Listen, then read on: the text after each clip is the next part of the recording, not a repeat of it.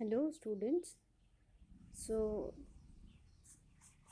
the topic which was going was the osmotic pressure, which is the fourth colligative property. Okay, so I have explained you everything about osmotic pressure.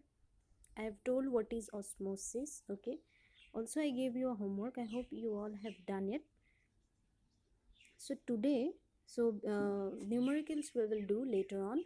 Okay, but so today I want to explain you one thing is which is what is isotonic solutions. Okay, so this is in continuation with this topic. Okay, this is not another topic, so do not get puzzled. This is the continued from the last lecture. Okay, last video, which was osmotic pressure. So what are isotonic solutions we will see today. So I have written here two solutions having the same osmotic pressure at a given temperature is known as isotonic solutions. Okay, so isotonic solutions are those solutions which have the same osmotic pressure. Okay, now if they have the same osmotic pressure, so what will happen? No osmosis will take place, right?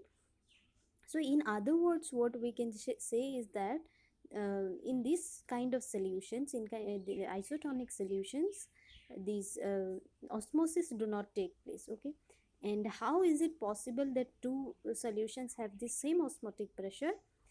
The How can it happen? It can happen because the both the solutions, they have the same concentration of the solute. Okay, both the solution, they are equally diluted or equally concentrated, you can say. Okay, then only, because we know osmosis takes place when one solution is concentrated, other one is dilute. Okay, so there should be a concentration gradient, but when the concentration gradient will not be present, that means both the solutions will be, the concentration will be the same, then only there will, the osmosis will not take place in such kind of solution. Okay, so that kind of solution where osmosis do not takes place because of the what, because of the same concentration of the solutions, so these kind of solutions are known as the isotonic solutions. Okay, now, and one more example of osmosis I have written here.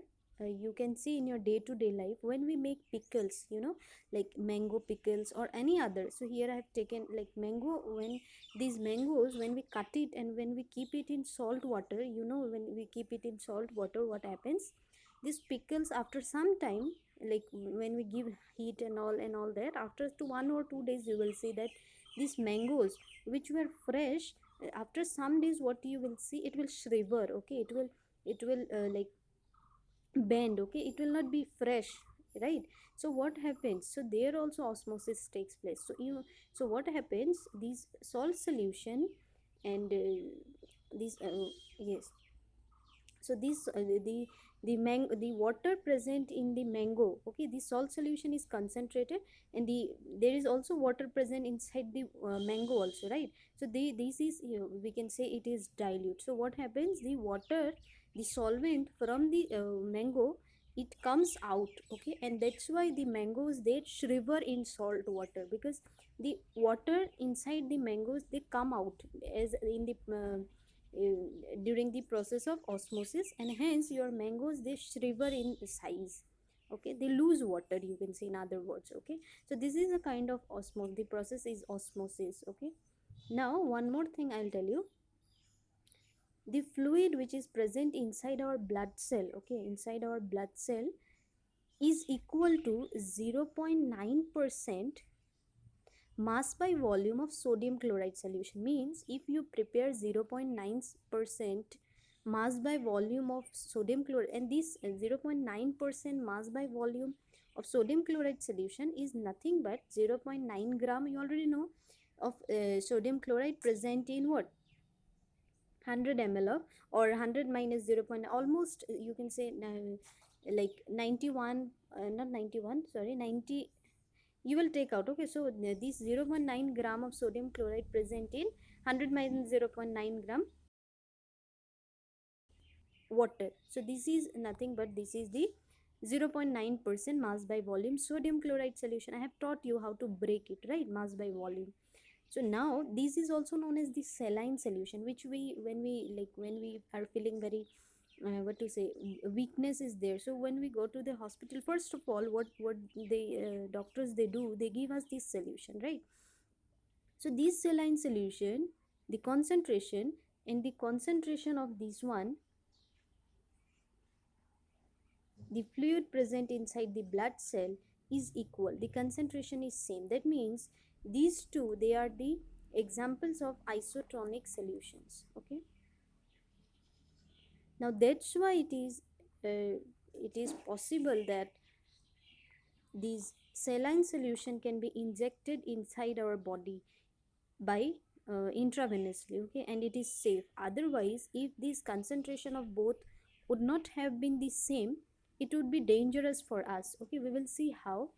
So that's why it is very much safe to inject this saline solution inside our body, because our body cells, the blood cells, also contains the same concentration of the fluid. Okay, and that's why the process of osmosis do not takes place, and hence it is safe to inject the saline solution intravenously in our body. Okay, so this is a example of isotonic solutions. Okay, now we will see how it is dangerous for if we if this concentration varies. Okay, now you see, so here I have shown you two examples. You can see the both conditions I have shown you. So in one beaker, this cell is kept. Okay, this circle represents this cell, you just imagine. And in the beaker, what is present, this is the sodium chloride solution, 0.9% sodium chloride. You forget about this word now. These in this container, what is present, 0.9% sodium chloride solution is present. Okay, sorry, the more than 0.9% means in this container the concentration of this saline solution is more than 0.9%. Okay, it's slightly more. And in this container it is less than 0.9%, say 0.8%, 0.7%, like that. Okay, and here say 1%, 1.2%, like that. So here it is the saline solution is slightly concentrated, and here the saline solution is slightly dilute. Now what will happen, you know this cell also contains 0.9% sodium chloride solution, already I have told you, right? So these cells also contain 0.9% sodium chloride solution. Now you know, if there will be a concentration gradient arises, like here you see in the first case, the the saline solution present in the container is more than 0. That means it is more concentrated than this cell solution, right? That means what will happen, the saline the solvent present in our cell, this solution present in our cell, will come out of this cell towards the container, towards the this one, towards this solution. Okay, which is present in the container, and as a result your cell will shrink in size. It means what will happen, it will shrink, or it will, what to say, it will lose the water, all the water. Okay, and hence it will be very very dangerous for us if such a condition arises. Okay, and this type of solution, they are known as the hypertonic solution. Okay, so this word should be remembered. This type of solution is known as the sorry, this process is known as this solution is known as hypertonic solution. Okay, hypertonic, where this is more than 0, the concentration is more than 0.9% mass by volume. So this solution is known as the hypertonic solution. Okay, and if in this case you can see the cell the water present here, saline water, the concentration is less than 0.9%. So as a result, this is dilute than this cell, because in this cell there is 0.9% sodium chloride present solution, and here it is less than 0.9%. That means this is more dilute. Now what will happen, we know osmosis takes place from the dilute solution towards the concentrated solution. Now this, in this case, this is concentrated. So what will happen, these water I have shown by arrow also. So these, all the saline solution from the container will move towards the cell. Now what will happen, as a result excess water will gather in the cell, and hence it will swell in size. Okay, and it may lead to the death of the patient. Okay, in the both cases these are very dangerous. Okay, And this type of condition is known as solution is known as hypotonic solution, hypotonic. Okay, so you can see how this isotonic solution is very much useful for us. If slightly the concentration goes down or slightly it is more, so it may lead to the death of the patient also, because you can see it is directly affecting the cells of the body, which are very much essential for our survival, right? So so I think with these all these examples, it is very much clear to you what is isotonic solution and how in our daily lives it is used, right? And how this process of osmosis is clear to you. Okay, now we will see the another topic, okay, which is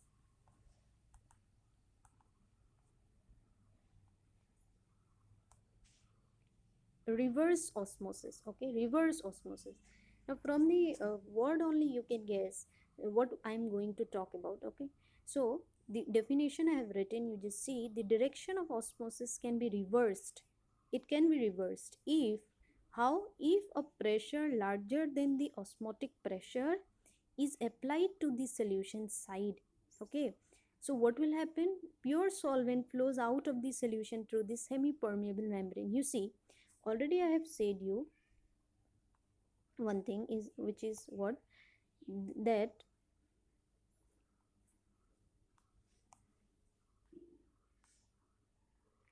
in the process of osmosis, in the process of osmosis, so this was the solvent side if you remember the figure earlier, and this was the solution side. Okay, now when we want to, when we apply a pressure more than the atmospheric pressure, which is known as the osmotic pressure, the excess pressure, if we apply it to the solution side, the process of osmosis, okay, gets stopped, right?